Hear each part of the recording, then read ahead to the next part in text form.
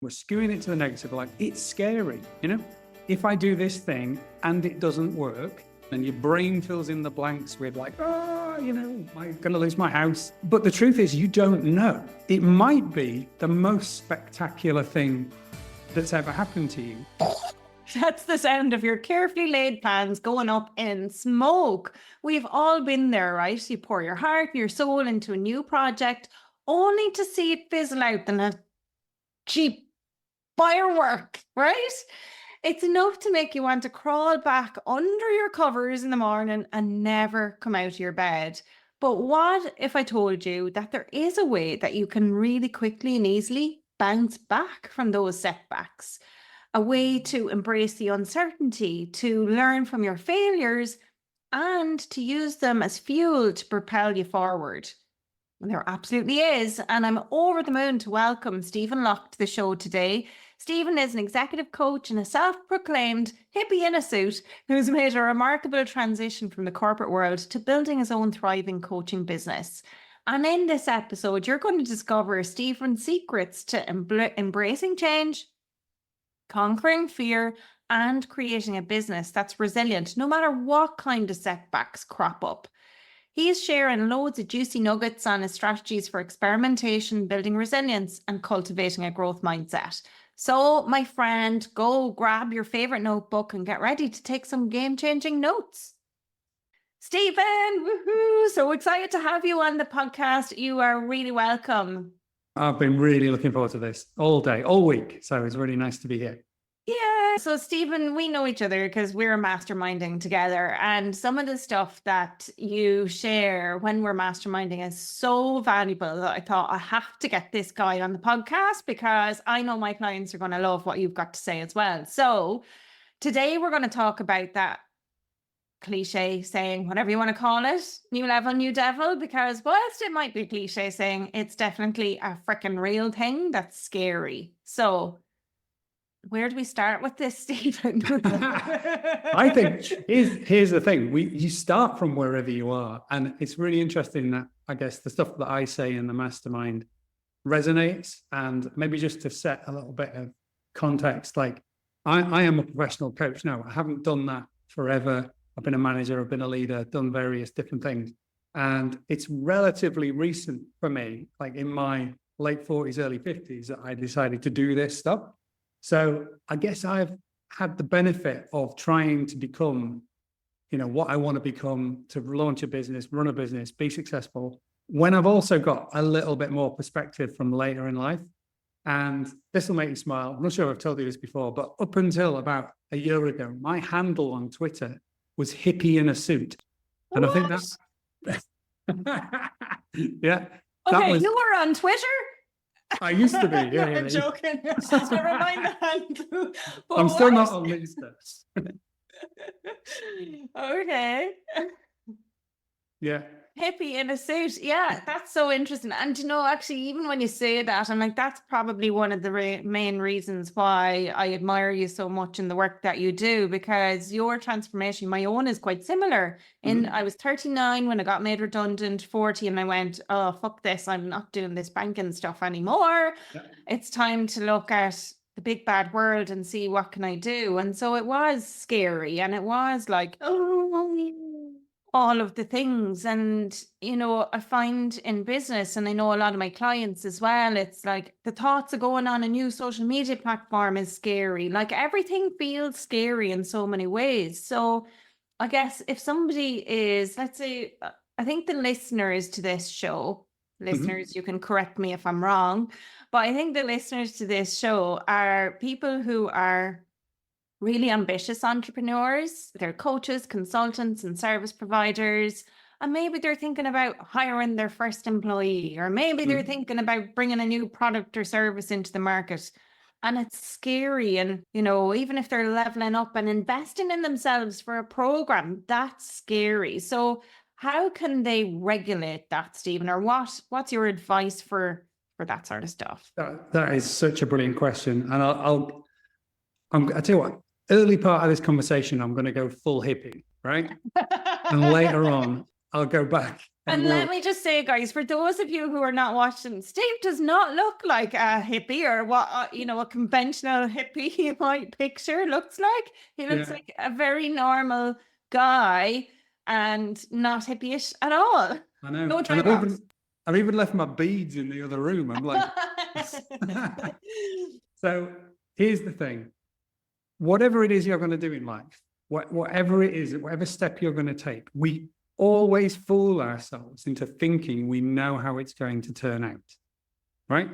So, and particularly, I think if you're working in business, because a fair bit of it is going to be systems and process, it's going to be money, you can count those things and you can say, if I do, these inputs, I'm likely to get that output, if I have this many clients at that price, I'm going to have that much money. And then you get into, well, I need a website. Oh, well, that's okay. I either do or I don't. It's got pages or it hasn't. It's all binary. It's black and white. But we trick ourselves into thinking that that's how life works, that we know what is going to happen next week. And we often have a bit of a kind of aversion to risk because of that. And I think that's one of the biggest challenges and biggest hurdles that you have to get over, is this idea that you know how a thing is going to turn out. We often skew that to the negative. And to your point, to your question, we're skewing it to the negative. Like, it's scary, if I do this thing and it doesn't work, oh my God, what will happen? And your brain fills in the blanks with like, am I going to lose my house and my legs are going to fall off or whatever it is. But the truth is, you don't know. It might be the most spectacular thing that's ever happened to you. And you also don't know. And one exercise I like to give to people if they're a little bit lost in this is I ask them, and I take them through a series of questions. And I'll do it with you right now. Oh, so, God. Yeah. You thought you were going to get to drink a bit more coffee, but no. So do you know what you're doing next Tuesday? If I look at my calendar, I'll know what I'm doing next Tuesday. Okay. So roughly, have you got any ideas? Are you doing any coaching calls? Or? I'm probably doing client calls. Yes, I am. I'm doing a LinkedIn audit with somebody in the morning. And then I've got 2 client calls, a coaching call. I'm reviewing emails and I'm horse riding.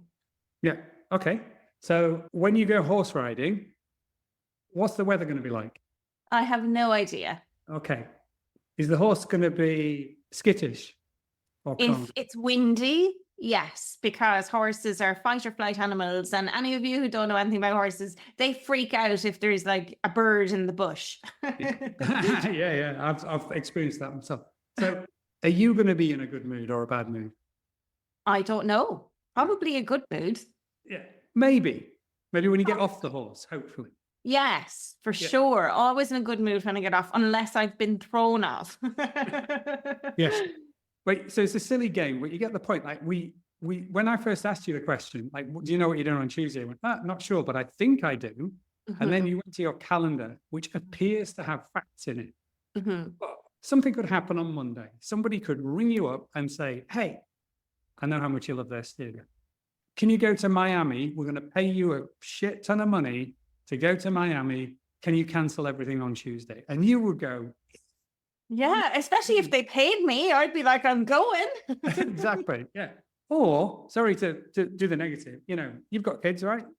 One of them's not well, not a horrible, serious illness or whatever, but, it means you've got to rearrange your diary on Tuesday. Okay. So the truth is, we have no idea. So whatever it is you do today, we do not have a clue what's actually going to happen. We can do things that make it more likely that it will trend in a particular direction. So if you do your social media content, it's more likely it gets in front of a client. It's more likely then that you get some more money. But it's not correlated directly. And you can't say, if I do this thing, I will definitely get that thing. Right. I feel like I've gone down a massive rabbit hole. What is this? No, but I love where you're going with this, Stephen, actually, and it makes total sense. Because like that, yeah, it is. And I remember when I started in banking, actually, I had one of my line managers, I remember him saying to me at the time, which was really aligned with what you're saying, actually. And ever since, it's made me stop and reflect. It's like, Deirdre, what he said was, Deirdre, you always pictured the end result, but sometimes you don't stop to think about the steps and things that can happen to help you get there. So I'm like, I'm not really a details person, words and spellings, I just have a brain for that. But I worked in a bank as a bank manager with numbers. I'm so bad with numbers, right? But it did make me stop and think, and like in terms of strategizing and planning now, I have to slow myself down and create the space so I can plan what's that end goal and what are all of the steps I need to do to get there. So that can be mood too, Stephen, sometimes, because it can be, if I plan my horse riding on a Tuesday, I'm more likely going to be in great form on a Wednesday, you know? Yeah. Exactly.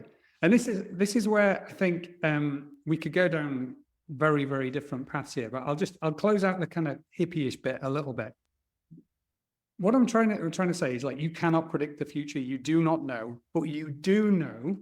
And if you speak to an expert like you will say, right, if you want to grow your customer base, try these things, do these ones diligently, do these ones once a month, do these ones every day. And if you can do the majority of that and work hard at it, in a few months' time, the chances are you will get the results. They probably won't be the ones that you predicted, because as you do things, you affect the market, you affect something in the psychology of your potential customers, you affect your own confidence, you affect your ability and your skills and your talent, and you begin to level up. So for my sake, when I quit my job last year, I was a national head in the health service in the UK. It was a bit of a name in my world. And I've never worked for myself. I've never, I have worked in the software industry in the past, but it was a big company. So I never sent an invoice. I've never, I've played around with websites, but not to the degree that I'm actually selling my services. And so you start and you've got basically, oh my God, I don't know how to do any of the things, right? I don't know any of them. So you said, invest in yourself. Absolutely, invest in yourself. And for me, I looked at all of the things that I needed to do. I thought, well, a website, I do have that skill. I can do that. I can build systems. I can build processes. I can do those things. I know absolutely F all about sales or marketing. And so for me, I went and found the best person I could at the time and paid an amount of money that made me go, like the amount of money. Knock the air out of the room, The amount of money that basically, when I invested that money in myself, which is the way that I would describe it now, I told my wife 50% of that cost, and it made her go, but oh my gosh, you should have said next time, learning, folks, it was 1.5 times, but you got it at a discount, because if they feel you get it at a discount, it's always a bargain. And if my husband is listening to this, that's what happened with that last pair of shoes I got in the outlet center recently. They were basically free. Yeah. Say again? They were basically free, those shoes. They were basically free. There was so much off, it would have been a shame to leave them there. Now, in this case, so I could benchmark that cost, and I also did my due diligence on the person that I was buying off. I looked at their results, I spent time with them, and I thought, this person, I don't care about everything they're offering. For me, because in a lot of this kind of stuff, you're going to get some systems advice. I don't care. I'm not bothered. You're an actual expert in sales. Teach me, coach me, help me. And I absolutely absorbed everything that I possibly could, to the point at which 3 months later, I was pretty good at sales. I've still got a lot to learn, but I've leveled up my confidence. So now I can say the kinds of numbers that made me go for the things that I sell, and know this is absolutely worth it. I'm going to change your life, as that person changed my life. So yeah, there we go. I think something that I would like to touch on related to this is that sometimes, Stephen, it's like, let's say that website, you were like, that is a skill set that I have. Yeah. And sometimes, entrepreneurs are bootstrapping certain things. Maybe they're managing cash flow so they can pay wages or pay themselves even, Yep. and they'll bootstrap things. And sometimes negative thoughts creep in. So those negative thoughts, I think, I don't know, our brain's hardwired to think negatively to protect us in some ways, but Yep. how can we spot those negative thought patterns so that we don't sabotage ourselves and our success? What tips do you have around that? I've got a really practical one. Find a tribe. Find a group of people. Maybe that's a community that you pay to be part of, or it is a local entrepreneurs group or something. But find other people that are trying to do what you do. And by do what you do, I don't necessarily mean exactly the same business. I mean, turn themselves from X into Y. So for me, like, long career in big organizations to a solopreneur. Like, there are other people doing that. And if you can be around them, that really, really helps you to level up and you to make that shift. The second thing, again, really practical, beware when you do that, your friends and family won't necessarily support you. And that's because you are changing in their eyes, and that has downstream consequences, and that's hard, and it needs to be handled. But then, so there's a couple of just practical thoughts then, but then you have to look after yourself, right? So in the work that I do with people, I ask them, I say all the time, we all have a thing that we know we should do every day that we don't, that is purely for our mental health or well-being or whatever. And I'll give you a list. That might be journaling, meditation, yoga, walking in nature, hugging a tree, prayer. That's the hippie bit there with the hugging the tree. I actually have a favorite tree, and this is a true story. It's in my garden, and I go and talk to the tree every now and again with my mind. Obviously, I'm not a lunatic, but I always, when I approach the tree, I ask it if it's okay for me to come in, and then I step under the energy of the tree, and so I do actually hug it on occasion, but mostly I just sit underneath it. So I might not look like a hippie, but I really am. So whatever that is for you, make that a priority. And it doesn't have to take all day. You don't have these stupid routines where you get up at 5 and then you do this, blah, blah, blah, blah. No, for me, even if it's a few minutes and you're saying to yourself, my well-being and my mental health matters. This is a key to that, and I am going to do that every single day. So that's the advice that I would give.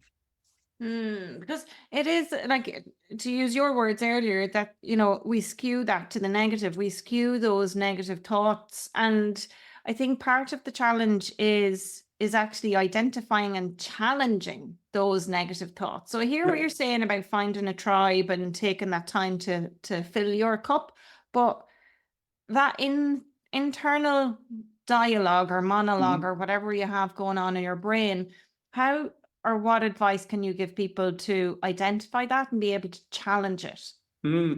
That is really, really good. I had a brilliant piece of advice. I was in, by the way, maybe let's both admit, like, we've moved on a long way from where we started, but we both have days, weeks where you go, oh my God, I have no idea what I'm doing. I'm a total idiot. I'm going to lose my house. Absolutely. Yes. And yesterday I shared on a call with my clients. I did a masterclass 2 or 3 months ago, and I was having such a bad day. I'd only slept about 3 hours beforehand. I cried all night. I cried all morning, and I still got up and I did the masterclass. And I was like, I was going to, then I was like, will I? I was wobbling. Like, I have shit days too. It's not like things are perfect all the time. They're really not.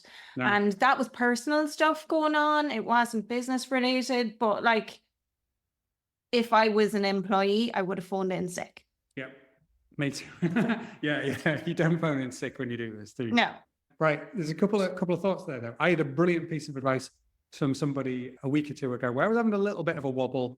It was a confidence wobble. Like, I had this idea that there was this person that I occasionally do LinkedIn lives, and it's like my dream person to invite.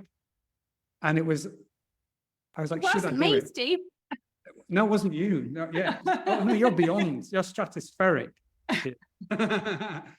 This was ridiculous, right? But I asked somebody, And her advice was fantastic. She was like, what if it goes right? And I was like, boom, it just flipped everything in my head. Not what if it goes wrong, what if it goes right? And I know this person reasonably well, and she does appear to live that way a lot of the time. However, yesterday she messaged me with a wobble and I returned the favor in a slightly different way. So I think coming back to why you're doing it, obviously, I'm sure you've had people talking about why and purpose and stuff like that on here before. But for me, that's, if I ever get a bit lost, what I do is I go for a walk and I go and look at something beautiful. I either go to an art gallery, or I'm fortunate I live, in the hills in Yorkshire. I can walk to the top of a hill and I sit until it passes or an idea comes. And if it doesn't, I do it again the next day. But I do still deliver everything that I have to do on that day. I still get the stuff done that has to be done. I love that. And that's kind of like, it sounds like building mental resilience, really. Mm-hmm. Being able to get back up when you feel knocked down. And like that, genuinely, the reality is it's not always business stuff that knocks you back. It could be those things, like you said, it could be family or friends and a comment that they make about your stuff. It could be anything like that. So in terms of cultivating a mindset that's really focused on growth and positivity and, can do, what kind of hacks or tools do you have to help people with that? Because we all want that.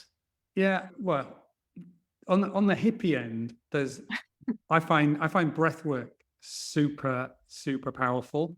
And there's one particular thing which in about 30 seconds I could teach to everybody, which I learned a few months ago. This one comes from, everybody will have heard of Andrew Huberman probably, who's like, no, never. Maybe I have, but I don't recognize the name. Okay, so Andrew Huberman is a bit of like a YouTube superstar. He's a neuroscientist from Stanford University, and he researches the brain, but he researches it in a very practical way. Gives very practical advice.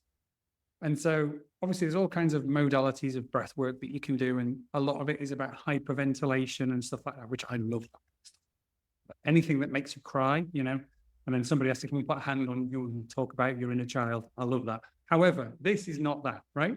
This you can do, and I did it. I was on holiday recently with my wife, Amy. We landed in an airport, had a hire car, wrong side of the road, going crazy. I was able to drive and do this technique. So it calms you instantly, and it's really, really simple. So all you do is you take a really deep breath in. I'll describe it, then I'll show you, and then if you want, you can have a go. Or you I'm can going to have a go. I'm literally ready to do it as you're talking about it. So I'll explain. What you do is you take a deep breath in, and then when your lungs are full, you take a top-up breath, which sounds daft because I just said your lungs are full, but you'll find actually you can do a little on top. Then you hold for a few seconds, and then you breathe out through your mouth, and the pace that you're breathing out is, you imagine there's a candle in front of you. You're blowing at just the right pace to make the flame flicker but not go out. Okay, so I'll show you. It goes like this. It's like laughing. I was like, how ridiculous I am. I say, here we go.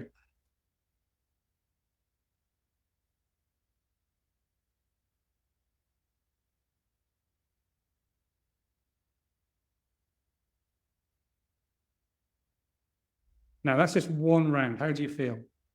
Already, I can just feel like I'm coming down. It's nuts, isn't it? Right? Nuts.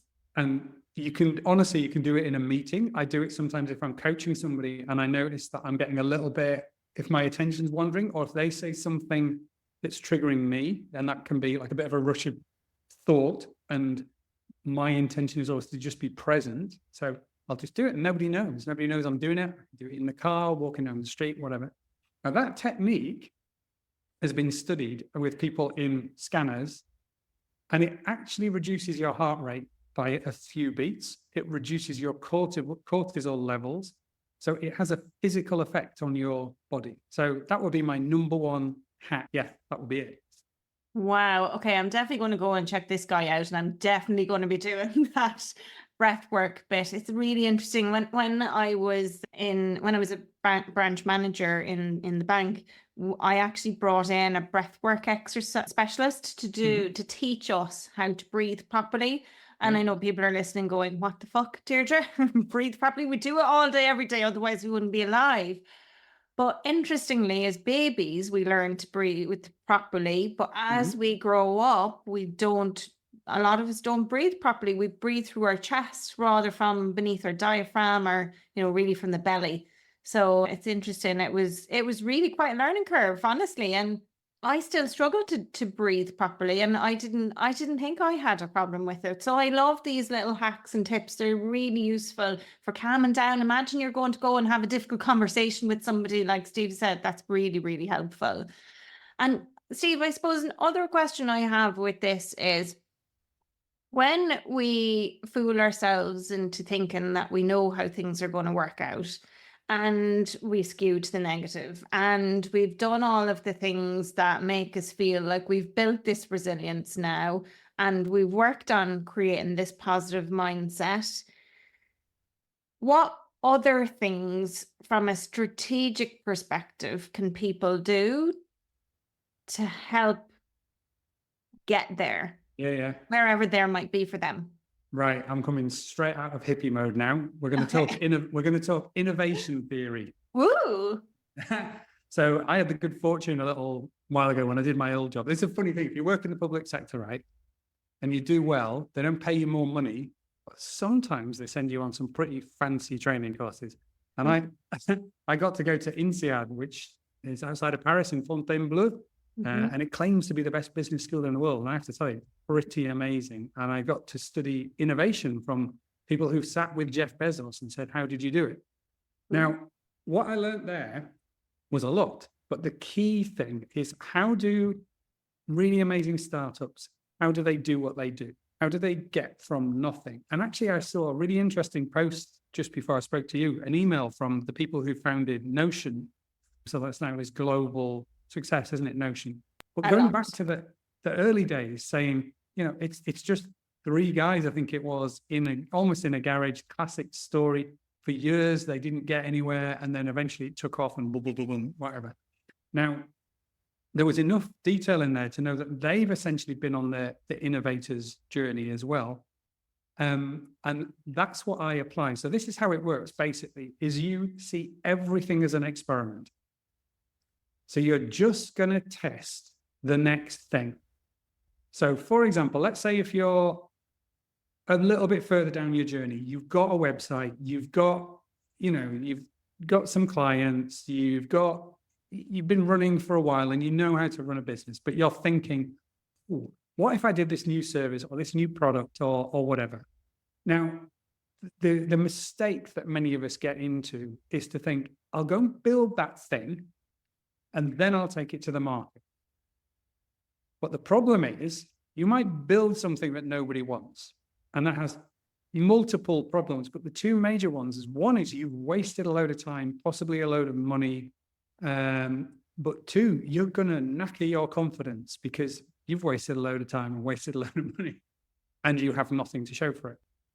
So the way to do that is to try and figure out, what is the next experiment I can do to test this idea? So let's say you're going to launch you've got an idea for a new program. Now, what's the simplest way I can get this idea in front of potential customers to get feedback? Now, that might be, let's say you were building some software or a course or something like that. Don't go and build the course, muck it up on a PowerPoint slide, draw a picture, right? And what I learned to call this is the minimum awesome product. Right? Not the minimum viable product, the minimum awesome product. Like, what could you put in front of somebody that makes them potentially go, I want one of those, right? It doesn't have to exist. Just the idea has to exist. So what you then do is you find a way to go and test that with real people. So that probably means inviting a few potential customers on a call or to meet with you, and you show them your drawing or your picture or your PowerPoint slide. It would go, listen, I'm thinking of doing this. And then you use the crucial phrase, which I use all the time. I really value your expertise. anybody that you call an expert will give you attention. It's a hack. I used to work a lot with doctors, use that phrase, and they'll give you time. Call them an expert. It's magic. But Interesting. yeah. So then what you do is you stick it in front of them, and they might look at it and they go, that is just like, that's rubbish. And then your job is not to freak out, because, hey, how much time did you spend doing that drawing? Like maybe an afternoon, a bit of thinking beforehand, but you didn't spend long. So if it is total crap, and the 5 people you put it in front of say that's total crap, great, bin it. However, listen to what they say next, because they will say because, or it's not as good as, or what I would want is. And in there, you've got some gold. And then you go away, you lick your wounds, and you go, what would that be? And then you go and test it again, and you repeat, and you repeat, and you repeat, and eventually you end up with things that you know the market wants, that you then go and build, and you then go and sell.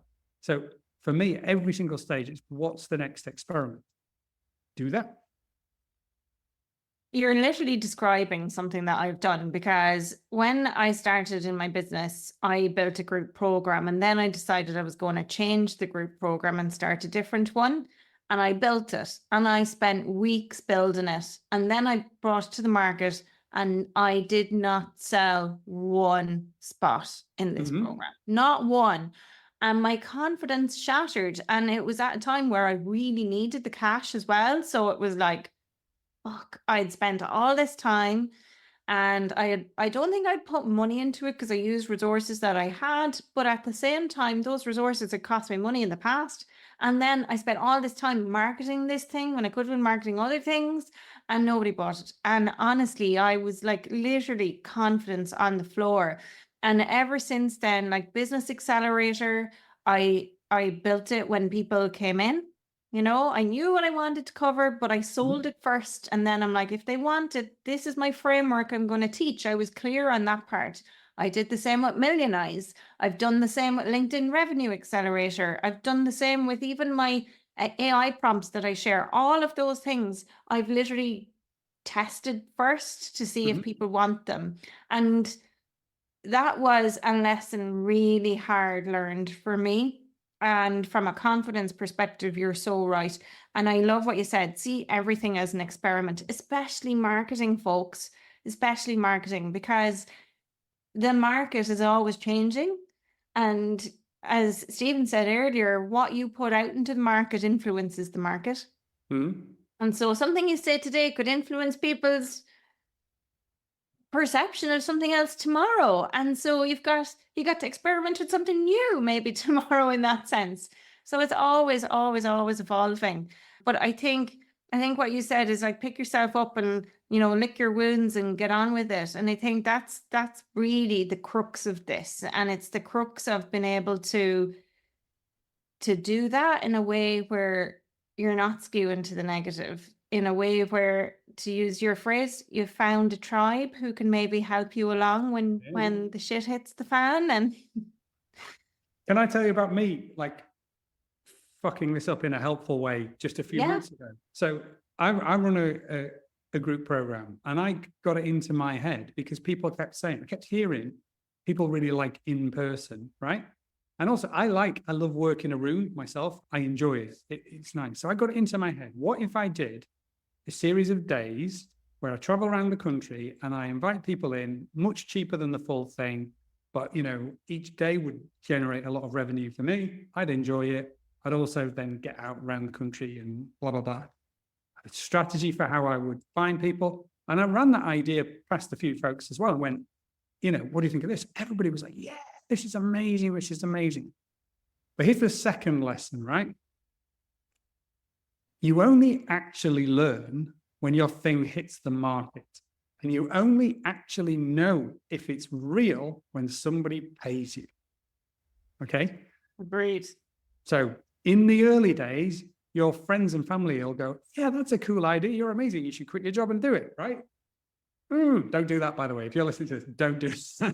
Talk to Deirdre first and then think about it. But like friends and family don't, you hear this all the time. Do you know what I mean? I'm going to create an Etsy shop because somebody liked my, thing that I made. Yeah, one person liked it, right? And they didn't pay for it. So it's not a good test. So what I did with this thing was I went and created, I blocked out a load of dates in my diary. I worked with my VA. I put in a strategy where I was going to kind of DM people that lived in a circle around each of these places. So I said, I'm going to Birmingham, I'm going to Newcastle, I'm going to Leeds. And then I marketed a load of stuff. Guess what happened? Not one person even inquired, never mind handed over money. So I ran that. I emailed everybody. I DM'd everybody that said they were interested. I did everything that you're supposed to do. And after 2 weeks, I canned the whole thing, stripped it off my website and stopped, because I'd learned the market doesn't actually want this. But here's the good bit. I didn't spend a penny, not one. I didn't book a venue. I didn't hire any caterers. I didn't do anything other than use my time. So it was embarrassing. 1 or 2 people crawled out of the woodwork with the, I told you so, who do you think you are kind of nonsense. But people, and here's another lesson, right? That was embarrassed. I was embarrassed. I found it hard, put a lot of energy into it, a lot of hope into it, and it didn't work. But I didn't lose any money. I did learn some more skills along the way. I got a little bit better at doing stuff on my website. I got a little bit better at email marketing. I got a little bit better at LinkedIn direct messaging. A load of stuff like that. I upskilled myself a bit in the process. And I didn't lose any money. And here's the thing. It's embarrassing, but nobody's fucking thinking about me, right? Nobody gives a shit. They really do not care. So 2 days after somebody saw that thing, they've forgotten about it. They're not thinking about it. There was a handful of people who were involved who asked me about it because they were like, what happened to that thing?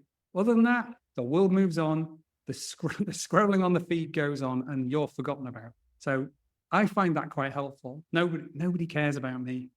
You're so right. They really don't. And they've got so much going on in their own brains and all of their own internal negative thoughts and inner child stuff that they're dealing with, that they might think about you for 30 seconds, but the next thing on the internet will distract them and they're gone. Yeah. And Steve, one thing you said there actually, and I just want to share this with people listening as well. This is something I've learned along the way too, and it aligns with what you're talking about. Market research. One of the things that I feel with new products and services is not so much about the specific product and service itself, but more around the people who might buy it, because that service and product could be excellent, but maybe it's the wrong ideal client that you're talking to. Yep. And so for me, one of the biggest things that I recommend that you do is, if you're going to, build or create something that is going to take a lot of time and potentially a lot of resources, before you even put it out to the market to see if anybody buy it, I would recommend doing some market research. And again, this was something in 2022, I was thinking about pivoting and to who my ideal client might be. And I was intentionally and specifically looking at the sustainability sector, companies in construction who do like solar panels and things like that, and working with them. But what I found was that they actually didn't have the cash and resources to be able to invest in services. So even though I was really quite interested in that, and my home is really green as well, and on those sorts of things, what I learned was those were not the right people for me to put this product or service in front of. But another thing to do is that market research, a way to do it is to have qualitative conversations. And in one of the very early episodes of this podcast, I literally shared how to do that. And we had Simon on as well from Ipsos, who talked about how to collate customer information and do it in a way that's really cheap. But what you can do is, if I'm going to build or create this thing, and this is how much I plan to charge for it. When you're doing your market research with somebody, you can ask them, what would you pay for this? And if they say 500 quid, right?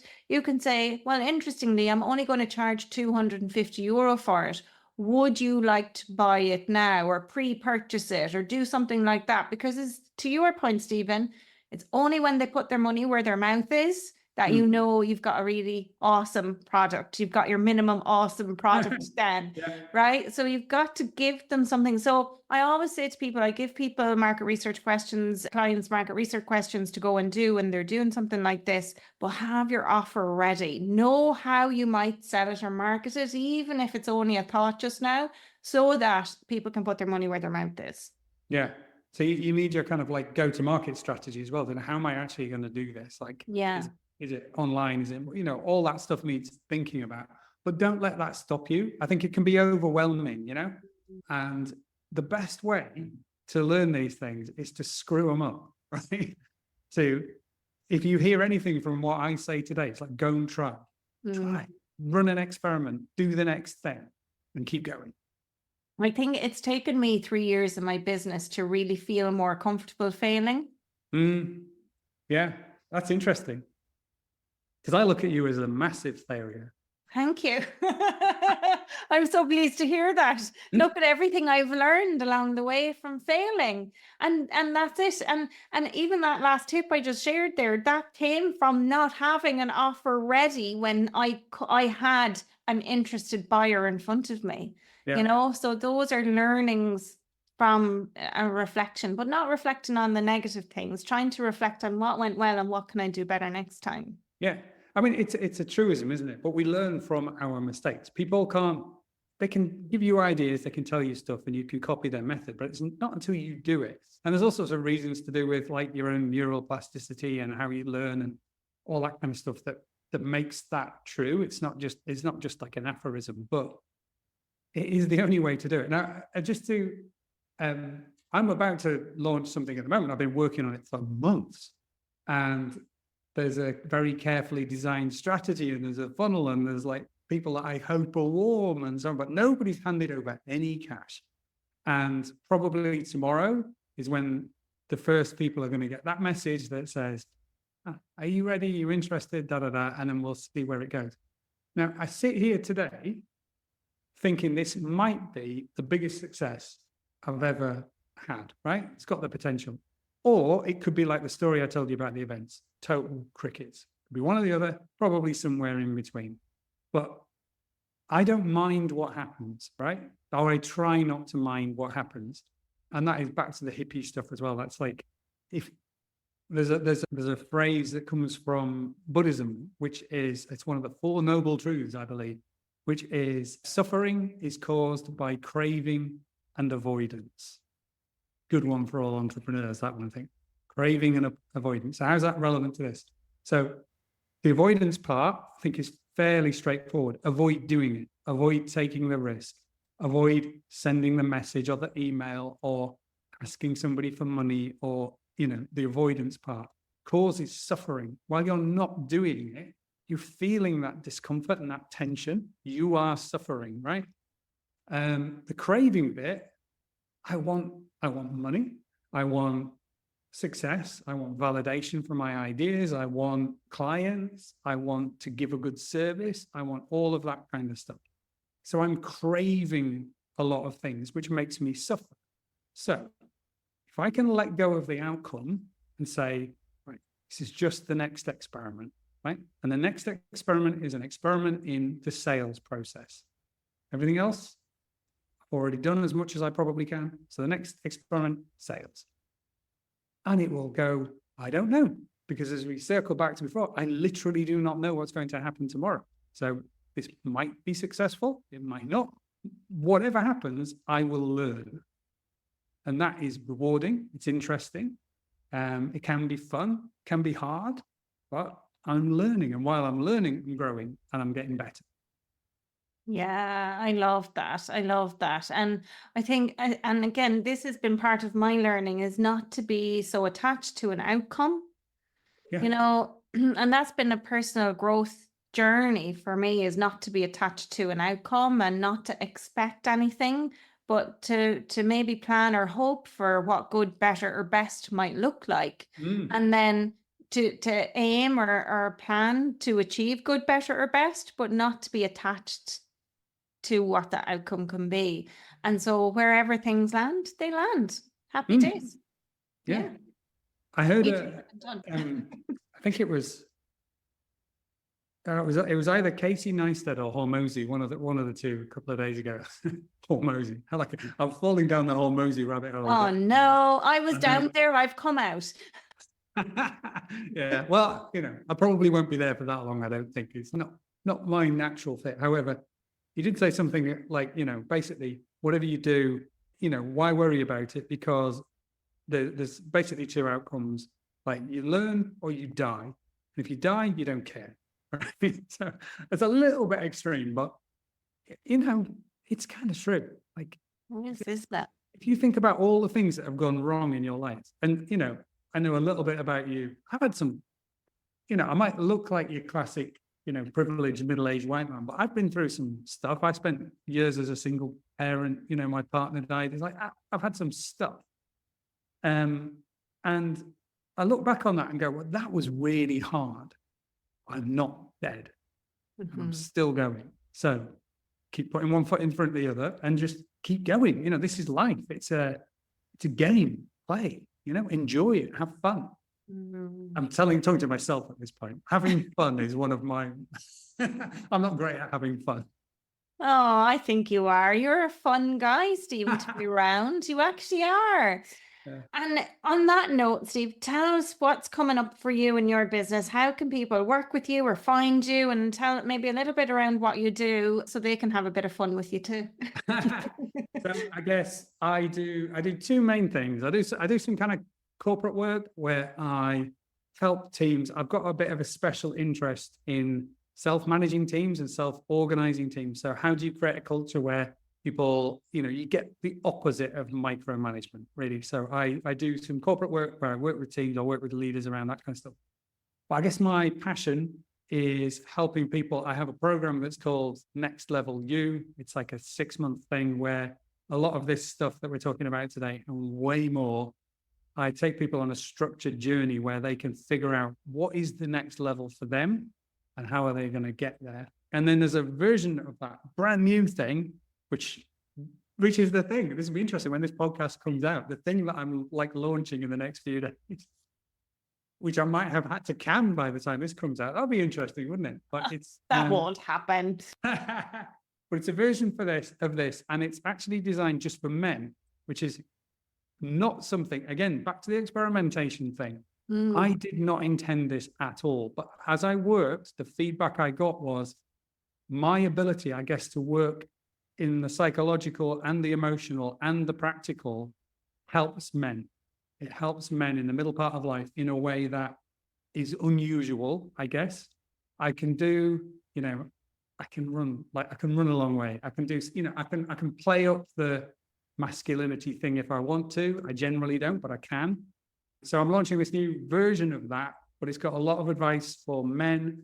I think you'll know the statistics on rates of male suicide and stuff like that. So it's dealing with some of that stuff, not the extreme end, but then helping men on that path and on that journey. And it's going to be called Hero.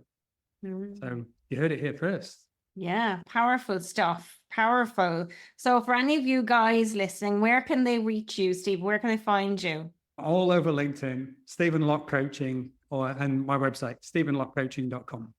Fantastic. And I'll share the links in the show notes as well so people can click on them and reach out to you. Stephen, as we wrap up, anything else you'd like to add, or are you good? Are you happy you've shared all of the wisdom you want to share in the Master Your Business podcast today? Well, as you know, I just open my gob and stuff comes out. I would just like to say, to give a little bit of feedback to you, that this is obviously you get invited to do this kind of thing, and you've got a real gift for this. It's a real talent. You've made me feel very able to open up and talk. So thank you very much for that. That's fabulous. And I have the privilege of working with you a little bit and learning from you in a way that others don't. So I get to see that the you that is presenting this is pretty much the you that you would get if you. And I think that is such a beautiful, wonderful, and rare thing that you are you. And I think it's a real superpower. And it's, for me, it's a real privilege to be asked to do this. It's a privilege to know you. So thank you. Oh, thank you. Thank you so much, Stephen. It's been an absolute pleasure having you join us today, and I'll see you next week. Yeah, invite me back to talk about whether or not I crashed the treatment. Oh, we may well have to do that. Thank you so much. All right, bye-bye. What an inspiring conversation with Mr. Stephen Locke. We've laughed, we've learned, and we've even done a little breath work together today. And if you are ready to take the leap and create your own new best life, remember these golden nuggets that he shared.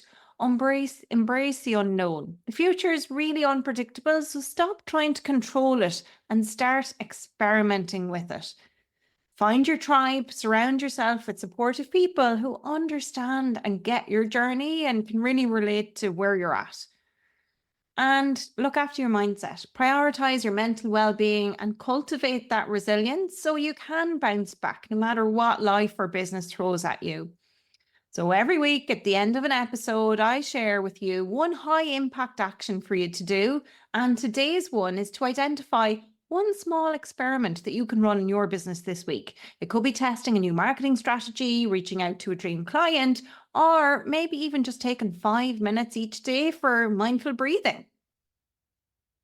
To connect with Stephen and learn more about his incredible work, head over to stephenlockcoaching.com and be sure to check him out on LinkedIn as well. He does show a bit more of his hippie side on there.